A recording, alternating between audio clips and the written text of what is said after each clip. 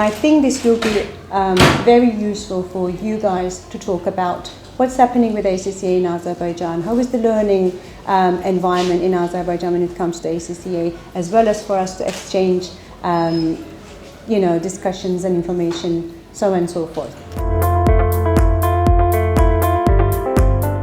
My name is Magda. I lead EMA, which stands for Europe, Eurasia, Middle East and Americas.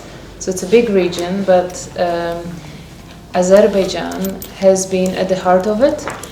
It's one of the biggest market in our portfolio, and you have been absolutely instrumental to developing this market from the very early days.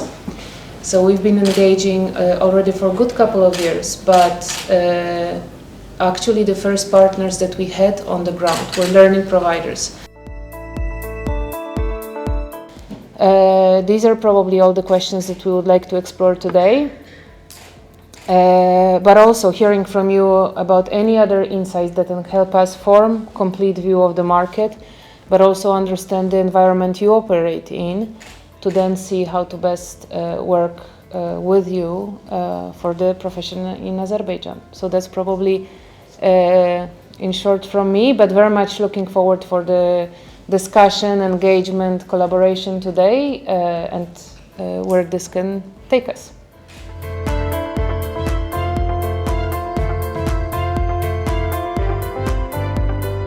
Sustainable if people continue through the qualification. We are moving not just from a gig economy, because this is the reality of what we see, is that people want to do something which is quick, they want high pass rates, and they want the highest salaries with the least effort. But when they go to the workplace, and that is who we are catering to, right? We are catering to people who want a great career ahead of them. That great career is going to come when they go to an employer or they become an entrepreneur. And at that time, having a full professional qualification behind you means far more as opposed to just being able to do a particular role or a particular gig. I think that the role of the teachers in guiding the students through this journey is one which is immense, because you are the first points of contact. You are the first people to counsel those students, their parents, or whoever is the decision maker as to how they embark upon this journey. So their entire mindset, how they think about this entire journey, is being molded by what we say. So looking forward to hearing from all of you, trying to share as much as we can, what we can, but also to take away how is it that we can support you better to drive more sustainable growth in Azerbaijan.